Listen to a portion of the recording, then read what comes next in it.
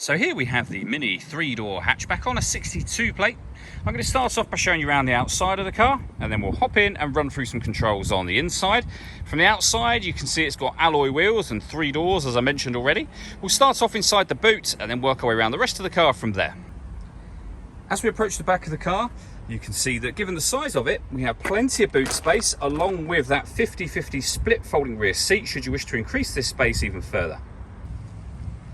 Okay, so we're just going to work our way back round to the front of the car, and then we'll hop in and run through some controls on the inside. But now that we've done a full circle of it, you can see it's in excellent condition the whole way round. Just briefly before we climb in, I think it's well worth seeing the interior from this exterior point of view. There's plenty to run through on the dashboard, so let's hop in and we'll do that now. Okay, now that we're inside the car, we're going to start with the dials. We have the rev counter, the digital readout for the speedometer, and the total miles, which is 61,787.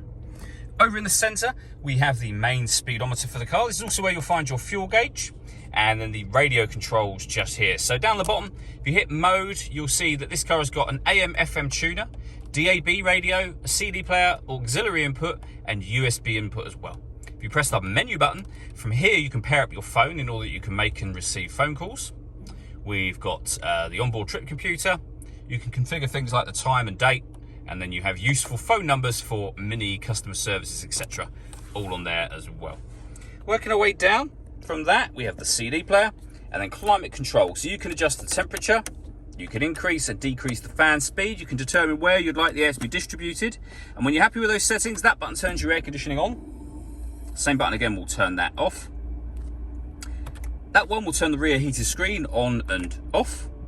If you wish to, once the air conditioning is on, you can hit auto.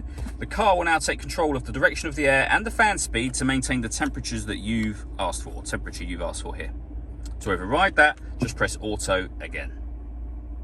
Underneath that, we've got the driver electric window, passenger electric window, the front and rear fog lights, and deadlocks so that you can lock the car doors from the outside. Under that section, you'll see that we have a 12-volt charging socket, the USB and auxiliary inputs for your music, and then finally, a 6-speed manual gearbox. All that leaves me to say is thank you for taking the time to watch this video. If you'd like to come and see the car in person and have a test drive, please feel free to give us a call here at Glenbourne's. We'd love to hear from you soon.